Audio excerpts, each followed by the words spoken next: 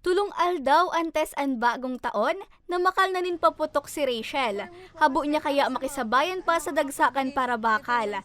Nagtutubod man siya na nagtataunin kaugmahan ang mga paputok lalo na sa kaakian. Kaya excited nang gad siya na mamakal. Para maging masaya naman po pag New Year.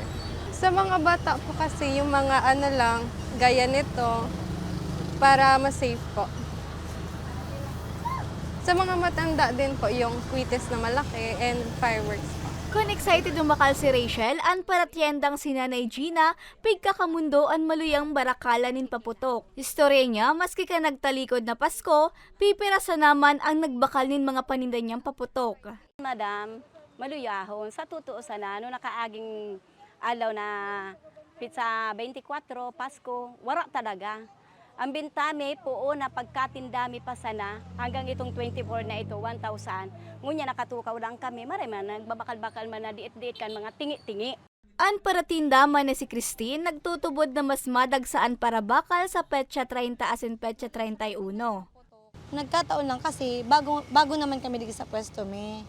Kasi siguro day param ka mga tao kung sa inyo ano me. Ngunyan kung halimbawa man po nadadawag manindo ako, digdi po kami located sa Sawangan Park at the back of Napuntukan Resto Bar. Digdi po nindo mahanap ang mga paputok. Pinakabarato ang sparklers na 10 pesos ang presyo kada kahon, mantang sanggatos hasta 120 pesos ang presyo kan kada bundle kaini. 10 pesos man ang kada pidaso kan baby rocket, 20 pesos kada pidaso kan kwitis. 5-star na 20 pesos man ang sarong bundle, pilipaw na 50 pesos kada anom na pidaso asin 150 pesos ang kada karton. Sinturon ni Judas na 250 pesos ang presyo, Roman candle na 200 hasta 300 ang sarong bundle. Lucis na sanggatos hasta 450 pesos ang kada pakite, sanggatos pesos hasta 1,000 pesos man sa fountain. Asin pagoda na uminabot sa 3,050 pesos, sundo 4,000 pesos. May mababakal man digding dragon fireworks na pwede sa mga darakulang manehemyento na makondiserning fireworks display.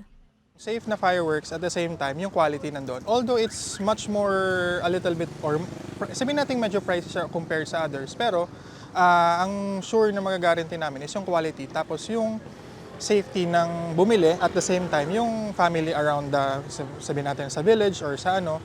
Igwa man digding mababakal na bombshell na 1,700 pesos, larger caliber o 16 shots na 2,500 pesos, T-Brown na 4,500 pesos, Legacy of Stars na 20,000 pesos, asin DSL na 90,000 pesos. Sigun sa mga paratyenda, dai naman mataas pa ang presyo kan sa indang mga panindang paputok, alagad lao man giraray ninda na magkusog paan sa indang dilihensya mantang paparani ang taong 2024. Sigun kay Senior Fire Officer 3 Madonna Rempilio kan Bureau of Fire Protection Legazpi, pintahin na ipuneso ang tindahan nin mga paputok haranisa sa indang estasyon para mas marikas na pagresponde in kaso magkaigwanin emerhensya digdi. Ang designated selling area, tango yan dyan sa Sawangan Park. Of course, syempre, kasi strategic na maray.